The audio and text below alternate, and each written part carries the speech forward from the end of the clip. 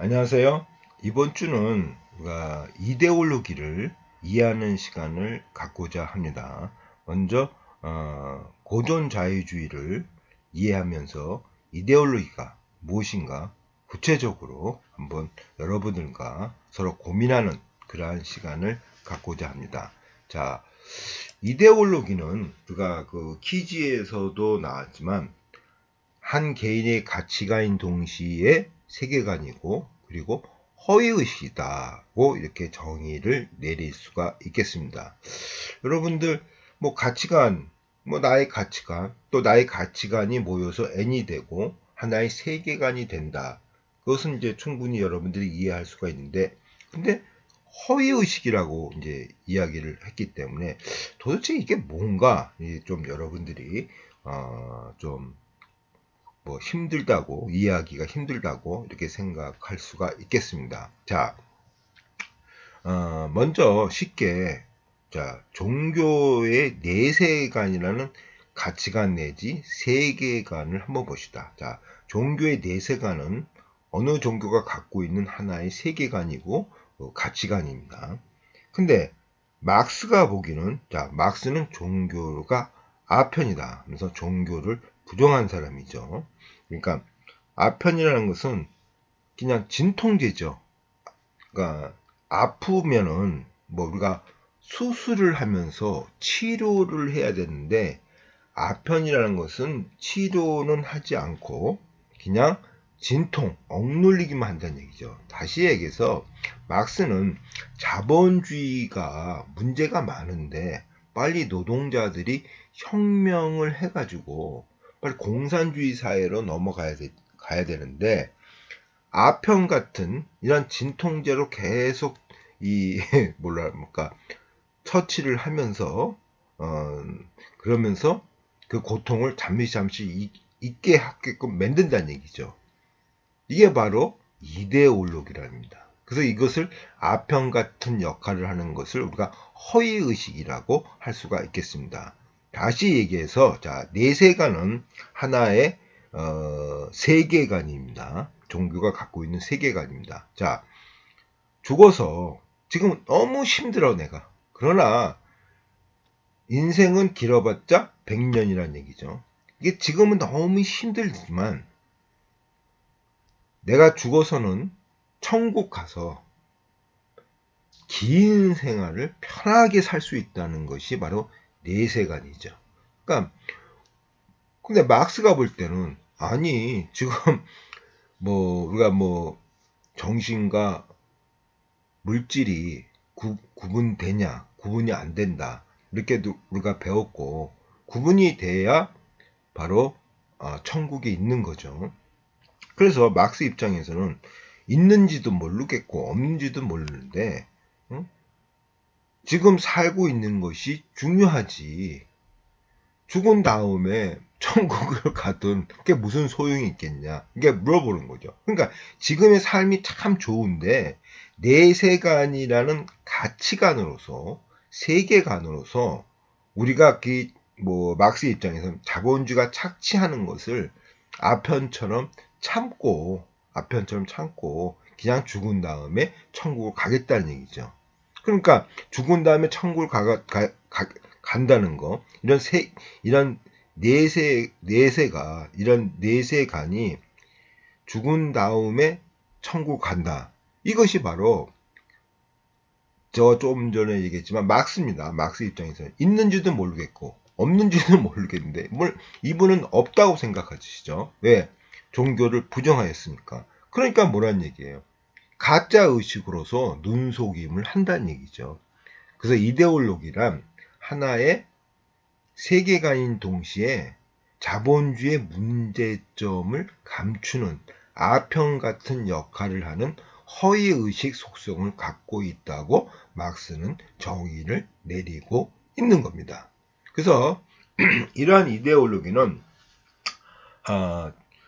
그 1789년도 이제 자본주의 태동 이래 고전 자유주의, 그다음에 사회 자유주의, 그다음에 사회 민주주의, 그리고 현재 신자유주의로 시대적 변화를 겪고 시대적 변화를 겪었고, 뭐 그의 뭐 복지 자본주의 제3의 길, 이렇게 이제 또 신자유주의 문제점으로 해서 태동은 되었지만 거의 뭐 지금은 흡수 통일 됐다고 할 수가 있겠습니다. 유야무야 됐다고 할 수가 있겠습니다. 그래서 우리가 이데올로기에서는 요 네 가지 고전자유주의, 사회자유주의, 그다음에 사회민주주의. 여러분들 알다시피 느낌 아우죠? 자, 사회자유주의는 고전자유주의와 사회민주주의의 색깔을 동시에 갖고 있다고 볼 수가 있죠. 그래서 요 사회와 자유주의의 자유주의를 갖고 온 거죠. 그 다음에 뭐 사회민주주의는 그야말로 우리가 여러분들이 쉽게 좌파 그게 바로 사회민주주의고, 바로 이제 심상정 씨가 이끌고 있는 그 당이 바로 사회민주주의라고 할 수가 있겠습니다. 노동자의 입장에서 이제 그 뭐 모든 경제를 보는 거죠. 그래서 이게 좌파고, 그리고 지금 우리가 이 시대를 지배하고 있는 신자유주의 이렇게 이제 시대적 변화를 겪었다고 할 수가 있고, 노무현 정권은 제3의 길이라고 할 수가 있겠습니다. 그래서 그 제3의 길을 간단하게, 지금은 뭐 거의 유야무야 됐지만 그래도 이 제3의 길이 무엇인가 간단하게 또 볼 예정에 있고, 이 제3의 길은 이제 안소니 기등스라는 사람이 이제 주창했습니다. 그래서 노무현 정권 때 그분은 우리나라 이제 수차례 이제 방문을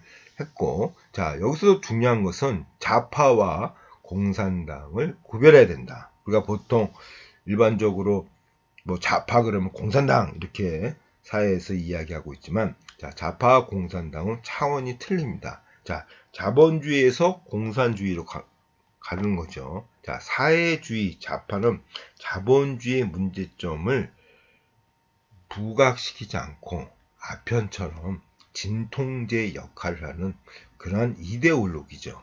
그래서 하여튼 여러분들이 좌파와 공산주의는 이제 구별 틀리다는 것을 여러분들이 뭐 이해하시고, 자, 보통 자유주의 그러면 여러분들 자유평등이에요. 박이에요. 자본가가 자기 국가를 만들었어요. 그러니까 뭐예요? 자본가는 어떻게 되니에요? 자유스럽게, 그죠? 그 당시는 이제 귀족이 있고 양반이 있으니까 그 신분을 타파하면서 자유스럽게 활동을 하는 것이 바로 이 자본가의 아주 중요한 목적이죠. 시장에서의 거래에서 자유, 그 다음에 모든 정치 문화에서도 평등, 이렇게 하면서 자유를 부르짖는 거죠. 그래서 이 자유주의 그러면은 여러분들 알다시피 이제 그 시작 옹호론이고 어떤 가진 자의 철학이다고 볼 수가 있겠죠. 그래서 하여튼 뭐 시장 옹호론은 자유주의고, 그 다음에 시장 비판론은 바로 이런 게 너무 개인에게 자본가 계급한테 자유를 주어서는 안 된다. 좀 제어를 해야 된다. 이것이 바로 이제 국가의 개입을 위한 시장 비판론이죠. 이건 뭐 사회자가 들어가는 사회 자유주의나 사회 민주주의 입장이라고 할 수가 있겠습니다. 그래서 시장을 옹호했다. 뭐 거래에서의 자유스럽게 하자는 얘기죠. 이게 바로 이제 자유주의고, 시장 비판론은 사회주의 입장이라고 할 수가 있고, 자, 어찌되었든 이분들은 뭐 두 번째만 시간이 없으니까 여러분 첫 번째는 여러분들이 이제 이해할 수가 있고, 자, 한쪽은 시장 경제는 자유와 경제적 풍요와 평등을 촉진한다고 했고, 또 한쪽은 시장 교환의 자발성에는 자유죠. 강제성이 숨겨져 있다. 이게 강요된 선택이랍니다. 자유는 불평등을 심화시킨다고 이야기합니다. 한쪽은 자유는 평등을 촉진하고 경제적 풍요를 갖고 오다 있고, 또 한쪽의 시장의 경제의 자유는 불평등을 심화시킨다고 이야기하고 있는 거죠. 자, 먼저 우리가 뭐 물론 다 옳습니다. 다 옳고, 이게 바로 자기의 가치관이죠. 그러니까 어떻게 보면 우리가 보수의 입장에서는 이제 자유를 부르짖죠. 그러니까 보수 입장에서는 뭐 자유가 경제적 풍요와 평등을 촉진해. 근데 진보 입장에서는 자본가를 너무 자유스럽게 하면은 도리어 불평등을 심화시켜. 이렇게 이제 볼 수가 있습니다. 그래서 이 시장 비판론자들은 복지가 평등을, 경제적 풍요와 평등을 촉진한다. 이렇게 해요. 자유 대신. 그러니까 복지가. 그러니까, 이 시장 옹호론 사람들은 자유가 경제적 풍요와 평등을 촉진한다. 그러고, 비판론 사람들은 자유가 아닌 복지가, 그러니까 직원들의 복지가 바로 풍요와 평등을 촉진한다고 이렇게 보고 있는 겁니다. 뭐 서로 대척점에 있는 거죠. 그래서 그 적화 효과, 우리가 앞으로 배울 적화 효과가 잘 나오면은 경제적 풍요와 평등이 촉진되는데, 이 적화 효과가 발생하지 않으면 이 자유는 불평등을 심화시킵니다. 다시 얘기해서 적화 효과라는 것은 트리클 다운이죠. 눈물이죠. 떨어진다는 얘기죠. 기업가가, 자본가가 먼저 많은 돈을 벌고, 그죠? 먼저 많은 돈을 보고, 또 이 많은 돈 갖고 떨어뜨리죠.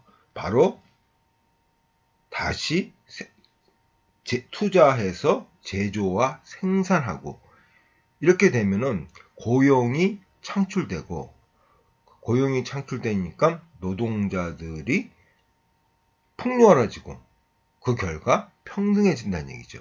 그러니까 자본가가 자기가 먼저 돈을 많이 다 번 다음에 이 돈을 바로 생산, 제조에 재투자하면 바로 적화 효과가 나오는데, 자, 근데 자본가는 이제 돈이 생기면은 생산, 제조, 이 어려운 것보다 자본주의는 상품 교환 경제이니까 어떻게 된다는 얘기예요. 쉽게 돈을 벌 수 있을 때는 재투자를 안 한다는 얘기죠.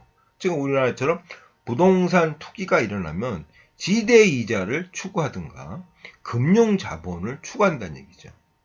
그러니까 이 돈을 가지고 저가업가는 분명히 공장을 지어야 고용률이 높아지고 실업률이 나눠지면서 경제적으로 풍요하고 평등스러운 사회로 가지만, 이분들이 재투자하지 않고 공장과 어떠한 제조업을 재투자를 하지 않고 요 모은 돈 갖고 어떻게 된다는 얘기야. 쉽게 버는 부동산 투기, 그렇죠? 부동산 투기, 뭐 금융 자본에 대한 어떠한 자본을 버는 거죠. 그러니까 노동에 의해서 돈을 벌어야 되는데, 왜냐? 노동 가치설이잖아요. 근데 노동은 하지 않고 자기가 모은 자본 갖고 자꾸만 돈을 번다는 얘기죠. 그럼 여러분도 알다시피 자본가는 자산가로서 많은 돈을 갖고 있고 우리는 돈이 없는 거죠. 그렇죠? 그러니까 이 사람 돈 갖고 부동산 투기를 하고 쉽게 불로소득을 얻는다는 얘기죠. 그러니까 우리나라 같은 경우 어떤 경우예요? 적화 효과가 일어나지 않는 바로 경제 현장이죠. 적화 효과가 일어나지 않으니까 우리가 어떻게 고용 없는 성장이다, 이런 말을 쓰는 거죠. 고용 없는 성장. 아까도 했지만 적화 효과라는 것은 고용을 높여야 되는데 고용 없는 성장이 된다는 것은 지금의 자본가들은 부동산 투기만 한다는 얘기죠. 주식 장난만 한다는 얘기죠. 금융 자본 갖고 땅 갖고 지대 사업을 하고 있고 바로 자본 갖고 주식 장난을 하고 있고, 이래서 저가 효과가 안 나온다는 얘기죠. 그러니까 고용 없는 성장이 이게 참 무서운 말인데 우리는 이제 쉽게 써요. 그러니까 고용 없는 성장이다. 그럼 저가 효과가 안 나고 있다는 얘기예요. 저가 효과가 안 나고 있다. 다시 해서 지금 부동산 투기는 자본가 놈들이 지대 이자를 추구하는 과정에서 발생하고 있는 거라는 얘기죠. 그 돈 갖고 공장을 만들어야 되는데 저가 효과를 해서 그래 너 먼저 배가 불러, 그 다음에 우리가 배가 부를게, 이렇게 해야 되지만 그게 안 된다는 얘기죠. 그만합시다. 더 하면은 또 머리만 뒤진다. 자, 어찌되었던, 자, 자유주의는 이제 그 자본주의 혁명가 이래 바로 고전 자유주의가 탄생합니다. 이 고전 자유주의는 여러분들이 잘 알고 있는 애담 스미스입니다. 자, 이 당시까지는 경제학이라는 개념이 없었고 이따 볼 도덕 감정론 5장에서 이카노믹이라는 부분이 있습니다. 그래서 이 애담 스미스의 도덕 감정론 5장부터 바로 경제학이 시작되었다고 할 수가 있고, 그래서 자본주의의 경제학의 아버지다고 이렇게 이야기할 수가 있겠습니다. 자, 애담 스미스는 고전 자유주의예요. 자유주의라는 것은 자유스럽게 해달라는 얘기죠. 그렇죠? 시장 옹호론이죠. 간단해요. 그 당시는 중상주의였어요. 이 중상주의가 이제 엘리자베스 1세, 그러니까 제국주의 시대죠. 절대 왕정 시대고, 그 영국의 엘리자베스 1세 시대입니다. 자, 중상주의는 국부가 금과 은을 축적하는 것으로 봅니다. 금과 은이 많으면 국가가 부가 상승이 되고, 이 금과 은으로서 뭐 군수 사업하고 공장 만들고 이렇게 할 수 있다고 생각을 하면서 이 금과 은을 모으는 것이 바로 중상주의의 정책입니다. 금과 은을 모으려면 어떻게 돼요? 수출만 하고 수입은 가능한 하지 않는 보호무역 형태죠. 보호무역 형태. 그렇죠? 경제는 보호무역이냐 자유무역이냐, 지금 이것이 계속 반복하고 있는 거예요. 신자유주의는 이제 그야말로 그 자유경제죠. 신자유주의. 그러니까 중상주의는 이제 그 보호무역을 이제 강조하는 겁니다. 그래야만이 금과 운이 계속 쌓인다는 얘기죠. 수출만 하고 다른 나라에서 수입해서 들어오는 거는 관세를 줘가지고 자국의 산업을 유지시키면서, 그렇죠? 그러면서 수입은 가능하게 하면 줄이고 수출은 늘리는 이제, 그러니까 금과 은이 막 쌓이는 거죠. 이게 바로 이제 그 부의 원천이죠. 근데 여러분들 가만히 생각해 보세요. 금과 은이 막 쌓이니까 많아지잖아요. 인플레이션이라는 게.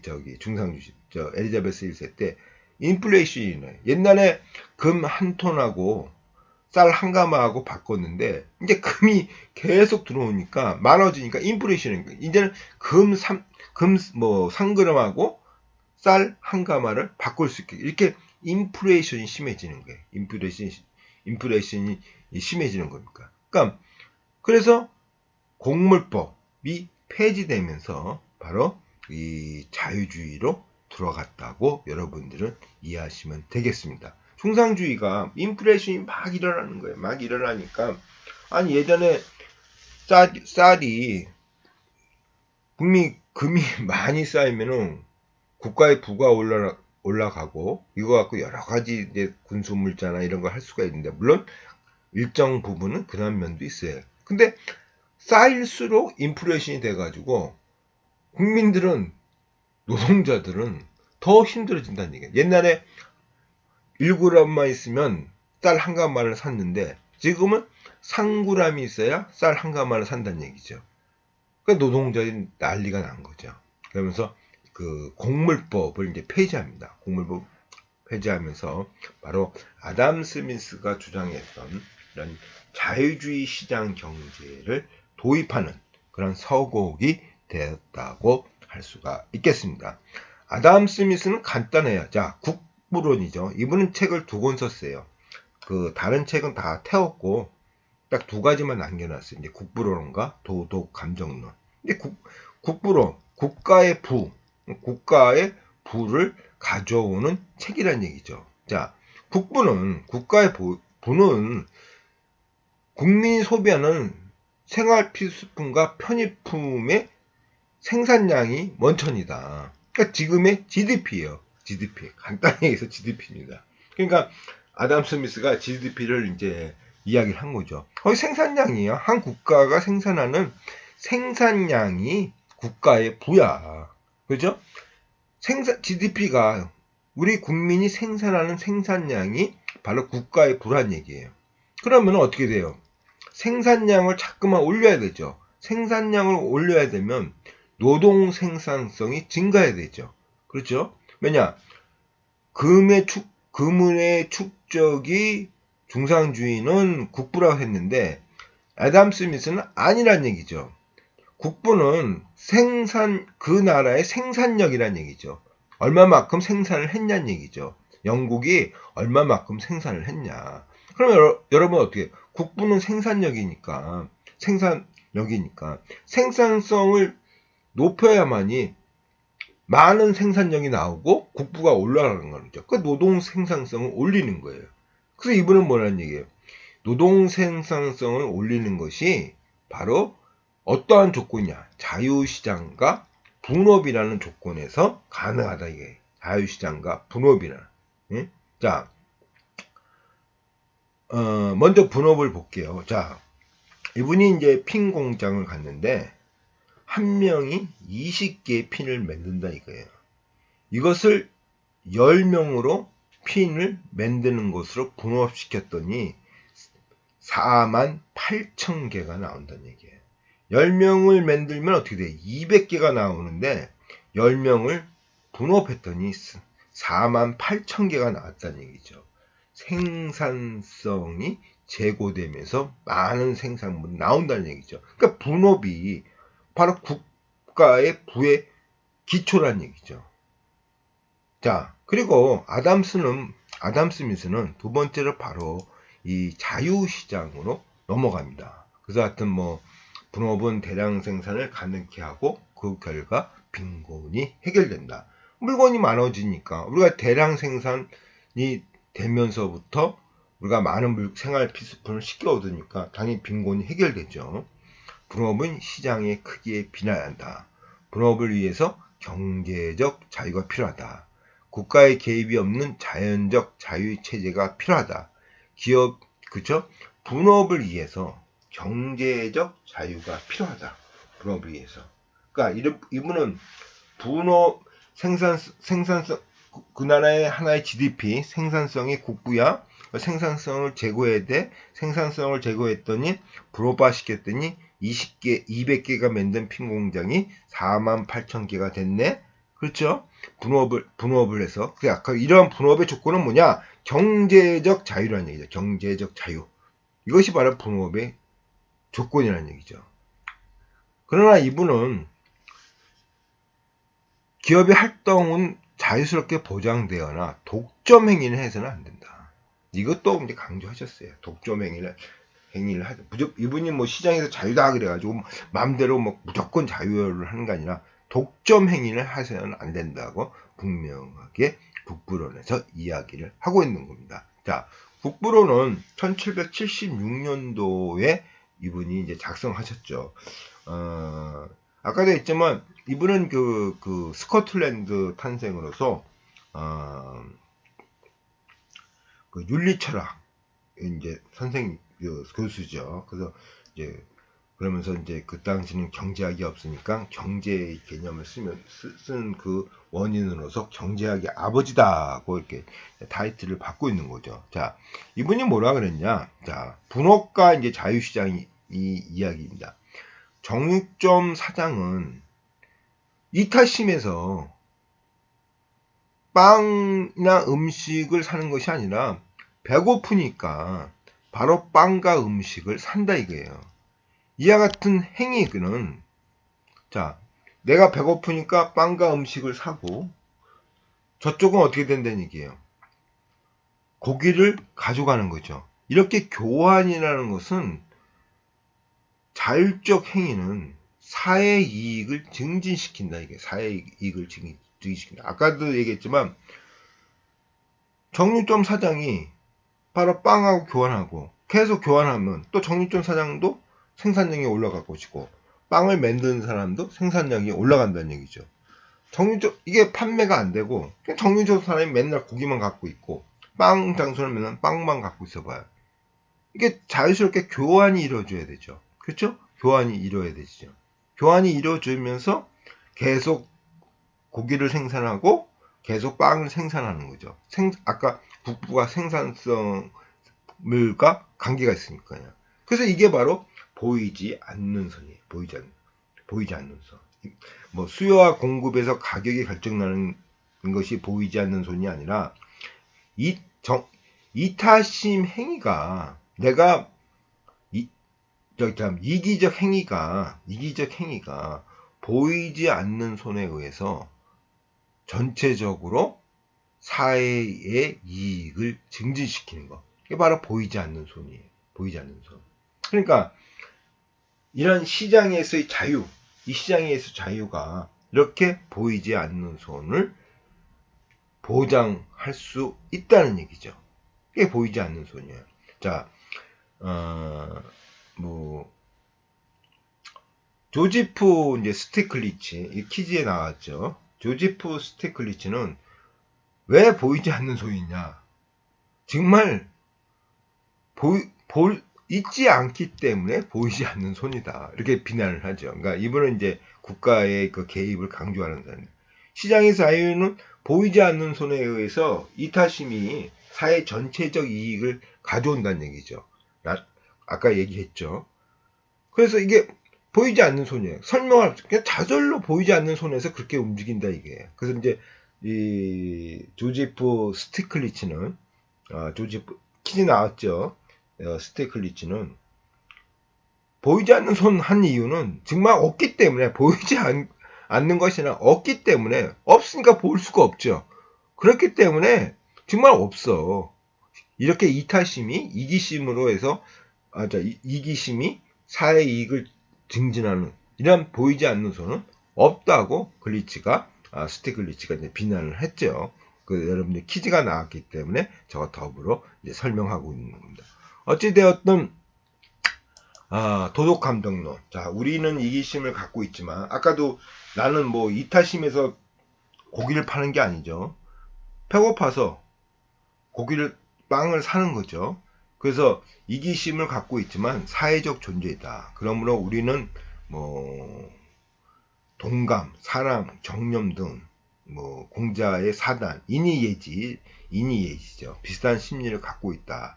그래서 자유를 보장해도 뭐 동감하고 암만 뭐 자본가가 계속해서 노동자를 착취하고 그렇게 돈을 모으지 않는다는 얘기죠. 줄 것 임금도 올려주고 왜 사랑이라는 것도 갖고 있고 인간이라는 것이 그래서 뭐 자유를 보장해도 뭐 쉬운 얘기에서 고리대금에 우리가 지금 고리대금업자 2부로 통제하고 있습니다. 통제하지 않아도 사랑과 뭐 동감, 뭐 정령, 뭐 인의 예지 이런 게 있으니까 자본가가 10부 이상 안 받는다는 얘기죠. 적정하게 받는다는 얘기죠. 그래서 자유를 보장해도 건강한 사회가 형성된다는 얘기예요. 그래서 개인의 자유와 권리를 보호하며 빈곤은 개인적 문제이며 선별적 복지다. 이렇게 아담 스미스는 이야기를 하고 있는 겁니다. 자, 여러분 빈곤은 개인적 문제고 뭐라 그랬죠? 선별적 복지다. 우리가 사회학 이론을 배우면서 어디에 가깝죠? 구조기능주의예요? 갈등주의예요? 그렇죠? 구조기능주의에 가깝다. 그래서 자유주의, 보수, 구조기능주의는 자동적으로 연결되는 거죠. 보수다? 그럼 어떻게 된다는 얘기예요? 개인의 자유를 강조한다. 그러면서 어떻게 되죠? 구조기능주의하고 연결되죠. 보수, 자유주의, 구조기능주의. 하여튼 이런 아담 스미스의 이런 시장 경제에서의 어떤 자유거래, 이 자유거래는 뭐 여러분들 한번 뭐 생각해 봅시다. 분업이 생산성을 증가하고, 자 시장에서의 이 거래의 자유가 생산물을 증가시킨다는 얘기죠.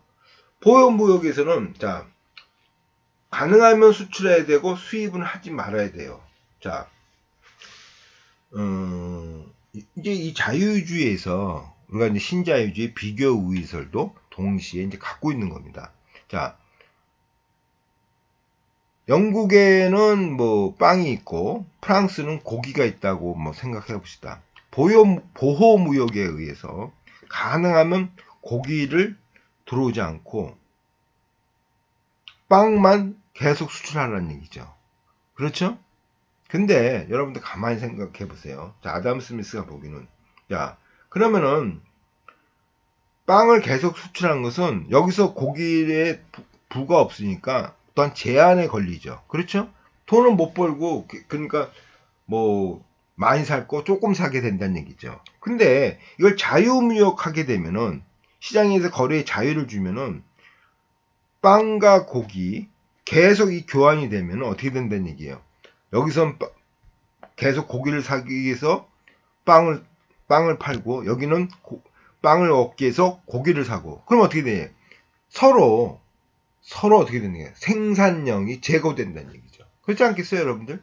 빵과 고기가 있으면 한쪽에서 딱 갖고 빵만 하고 고기가 안면 생산량이 떨어지죠. 빵을 계속 팔고 고기를 계속 사니까 어떻게 되는 얘기예요? 계속 만든다는 얘기죠. 계속 만든.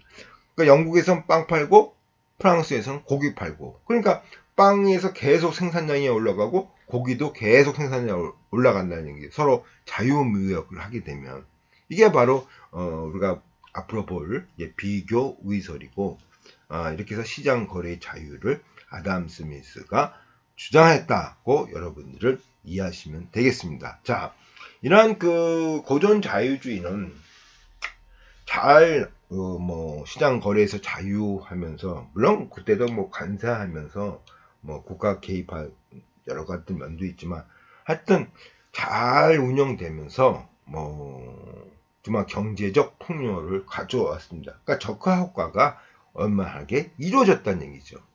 근데 갑자기 1929년도에 대공황이 시작됩니다. 미국에서 시작돼요. 하루아침에 주식이 폭락하는 거예요. 이것은 대량 생산의 원인으로 두고 있습니다. 물건은 대량으로 생산하였지만 소비가 안 일어난다는 얘기죠. 대량 생산을 했지만 소비가 안 일어났다. 노동자가 대량으로 생산된 물건을 살 돈이 있어야 그 물건이 사는데 그게 안 됐다는 얘기죠. 그래서 대량 생산이 원인이 돼가지고 바로 1929년도 대공황이 일어나면서 1932년까지 미국 노동자의 4분의 1은 실직되었다고 우리가 통계치로 볼 수가 있겠습니다. 그래서 여러분들 알다시피 어떻게 되겠어요? 고등학교 때 루즈벨트 대통령의 뉴딜 정책 후보 때 이게 생각나죠? 대공황을 이제 이겨내고자 국가가 개입하기 시작하는 거죠. 그렇죠. 뉴딜 정책은 국가가 개입해서 공장을 만들어서 노동자들이 취업 고용률을 증가시킵니다. 국가가 후법된 공사를 해서 후법된 공사의 노동자들을 고용시키면서 고용률이 올라가고, 노동자들은 뭐야? 많은 사람들이 거의 완전 고용을 하게 되면 주머니 사정으로 그거 갖고 다 사먹고, 이렇게 해서 경제가 이제 돌아간다는 얘기죠. 이게 바로 이제 어찌됐든 1929년도 대공황이 일어났고, 뉴딜 정책이죠. 여러분, 뉴딜 정책 하면 이제 루스벨트 대통령이고, 루스벨트 대통령도 뭐 미국에서 이거 국가가 개입한다, 자유를 억제한다 그러니까 뭐예요? 엄청 욕먹었죠. 뭐 좌파다, 뭐 공산주의다, 뭐 욕을 먹고, 어떻게 보면 2차 세계대전이 이 루즈벨트 대통령이 사선을 하는 어떤 그런 또 계기를 줬다고도 우리가 볼 수가 있겠습니다. 쉬운 얘기로 국내에서 막 그냥 뭐 인기도 떨어지는데 전쟁이 뻥 나니까 뭐 좌파다, 뭐 미국 사람들은 자유하니까 자유를 억제한다니까 저거 공산당이다 욕 바가지를 먹었거든요. 그러면서 이제 그렇게 된 겁니다. 어찌 되었든 자, 이제는 자유주의에서 공황이 터져가지고 경제가 마비가 된 거예요. 이제 새로운 경제 정책이 필요하다. 그것이 바로 사회 자유주의입니다. 자유주의의 자유와 우리가 앞으로 배울 사회민주주의 사회를 가져오는 거죠. 적절하게 융합했다는 얘기죠. 시장에서의 거래의 자유를 보장하되 국가가 개입을 하겠다는 얘기죠. 그래서 하여튼 이 사회 자유주의는 존 메이날드 케인즈의 그런 그 정책이라고 할 수가 있겠습니다. 이 존 메이날드 케인즈의 경제 정책은 뭐 막스에 더불어서 사회주의에서도 이 경제학을 이제 따르고 있습니다. 어찌되었든 이분은 뭐냐? 자, 저축과 투자는 별개의 결정이다. 우리가 구성의 오류 배웠죠. 너무 저축만 하면은 어떻게 된다는 얘기예요. 소비가 안 일어나면 투자를 안 하는, 그게 투자를 안 하는 거죠. 뭐 소비가 안 되는데 뭐 자본가가 계속 공장 만들어서 뭐 마이너스를 뭐 할 필요가 없는 거죠. 그래서 별개의 결정이다. 이자가 높아도 기업가는 기업가 정신. 여기 이제 기업가 정신이 나옵니다. 나오고. 하여튼 이분은 유효 수요 경제학자라 그래요. 유효 수요를 증가시켜라. 유효 수요가 뭐로 돼 있냐? 소비와 투자로 돼 있다는 얘기예요. 소비와 투자. 국가가 투자해서 후보댐을 만들어서 고용률을 완전 고용시키고 노동자들은 거기서 그 임금을 받은 거로 계속 물건을 사고, 그럼 어떻게 돼? 경제가 돌아가니까 자본가는 또 공장을 계속 짓고 또 물건을 계속 만드는 거죠. 그리고 또 노동자는 그 물건을 살고, 이게 유효수예요. 소비와 투자를 동시에 증가시키면 이 어려운 대공황을 이겨낼 수 있다고 존 메이나드 케인즈는 바로 주창했던 겁니다. 자, 어찌됐든 우리가 97년도 말경에 IMF를 겪으죠. 이 케인즈가 미국 가가지고 창설한 단체 하나가 바로 IMF입니다. 하여튼 이게 사회자유주의가 이제 그 대공황을 이겨내는 하나의 경제 정책으로 등장하면서 하나의 이데올로기로서 자리를 잡았다고 여러분들은 이해하시면 되겠습니다. 그래서 이 사회자유주의는 자 국가의 개입이죠. 뭐 간단히 얘기해서 뭐 국가가 개입해가지고 국가가 개입해가지고 아까도 했지만 후보점 만들어가지고 일자리 창출이야. 그러니까 문재인 정부가 일자리를 창출을 하려고 무던히 노력하는 거죠. 일자리 창출. 그러니까 뭐 일자리 창출할 게 없으니까 공무원만 질다 올려놨다. 이렇게 또 비난을 이제 받고 있는데 어찌 되었든 국가가 개입해라. 그러니까 뭐냐면 공기업화죠. 민영화 시키지 말고 공기업화라. 투자에 사회화라고 그럽니다. 공공투자관리청을 만들어 기업이 하지 않는 사회적 필요한 부분을 국가가 투자해야 된다. 자, 포스트 케인지언 이 사회자유주의를 그러니까 질서적 자유주의라고 해요. 그래서 하여튼 자유주의와 사회주의를 적절하게 이제 융합했다, 더했다고 할 수가 있고, 이래서 이제 그 포스트 케인지언이라고 하고 있는데, 소득 분배가 평등할수록 소비가 증가하고 경제가 성장한다. 분배가 평등. 아까도 했지만 아담 스미스의 자유주의는 시장의 자유가 경제를 가져오고 평등한 세상을 가져온다 이렇게 봤지만, 포스트 케인지언 쉬운 일은 이제 케인즈죠. 그러니까 이분들은 국가의 개입이죠. 국가의 개입이니까 사회주의와 자유주의의 양쪽에 다 쉬운 말로 다 거치고 있으니까 사회주의 속성도 많이 보이죠. 그래서 분배가 평등할수록 그죠? 소비가 증가하고 경제가 성장한다. 자, A가 1,000원의 소득이 있고 B는 제로예요. 분배가 불평등하죠. 이때 둘의 소비는 2분의 1이니까 500원이에요. 근데 A도 500원이고 B도 500원을 버는 그러한 소득이 생겼을 경우 일자리를 창출했죠. 이때 나누면 어떻게 된다는 얘기예요? 750원이 된다는 얘기죠. 700원. 둘의 소비는 750원이 된다는 얘기죠. 그래서 이 포스트 케인지언은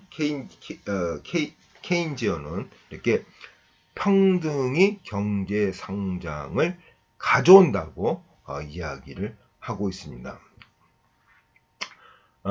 자, 국가는 공익의 보호자 내지 공익 증진자다. 그러니까 국가의 개입을 강조한다고 할 수가 있겠습니다. 어쨌든 뭐 결론적으로 고전자유주의와 사회자유주의는 시장에서의 거래의 자유, 국가의 비개입을 강조하는 것이 자유주의고, 사회민주주의는 바로 국가가 개입해서 투자해서, 국가 개입이죠. 공장을 만들어서 소비를 증대시키는 유효 수요의 정책이 바로 경제적 풍요를 가져온다고 할 수가 있겠죠.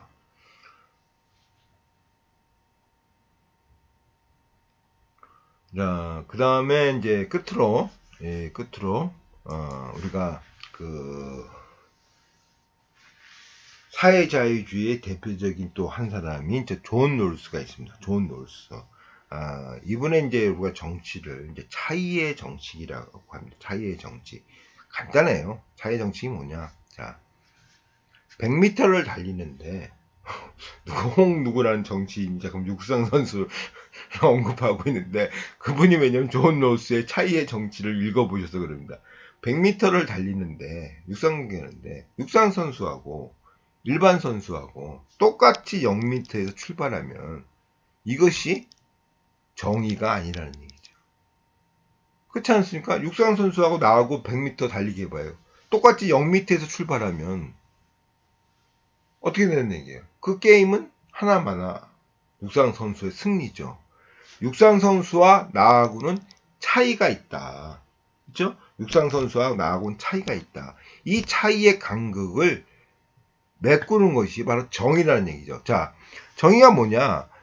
키 큰 사람도 하나 같고, 중간 사람도 하나 같고, 작은 사람도 하나가 되고, 운동 경기를 못 보는 게 정의가 아니라, 키가 작은 사람과 큰 사람의 차이가 있다. 그러니까 키 큰 사람은 주지 않아도 경기를 볼 수가 있는 거고, 그래서 이 사람의 받침대를 이 친구 작은 사람한테 주어가지고 이 사람에게 보는 거, 이 차이의 정치가 바로 뭐라는 얘기예요. 차이의 정치가, 이것이 바로 정의라는 얘기죠.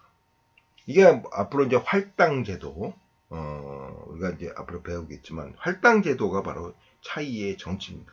차이의 정치고, 그래서 뭐냐면 기회와 조건의 평등과 결과의 차등, 그죠? 기회와 조건은 평등하게 주고, 그 다음에 결과를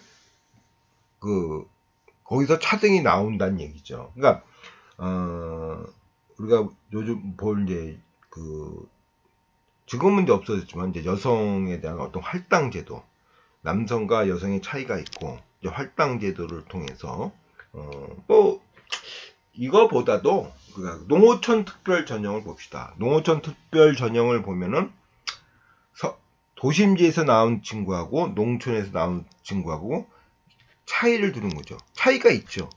차이가 있으니까 도심 애들은 육상 선수고 농어촌 애들은 일반 선수니까 똑같이 0m에서 똑같은 것에서 출발한다는 것은 정의가 아니라는 얘기죠. 차이를 두고 50m에서, 얘는 0m에서 출발하는 것이 바로 정의라는 것이죠. 이 그 차이의 정치가 바로 할당제도, 농어촌 특별정령, 이렇게 나옵니다. 그래서 하여튼, 근데 이것을 이제 선별주의죠. 어떤 사회자유주의는 어떻든 이제 자유주의가 들어가기 때문에 거의 선별주의, 그러니까 복지에서 어떤 선별주의고, 자, 경제의 국가 개입은, 아까 아담 스미스는 국가가 개입하지 말라 그랬지만, 자, 사회 자유주의 사람들은 경제의 국가 개입은 경제의 효율성을 개선한다. 그래도 롤스가 이야기를 하고 있습니다. 자, 하여튼 우리가 자유주의와 사회주의를, 고전 자유주의와 사회 자유주의를 우리가 이제 아담 스미스, 케인스, 이렇게 두 학자를 들면서 이해하는 시간을 가졌습니다. 자, 장시간 듣는데 고생 많이 하셨습니다. 자, 감사합니다.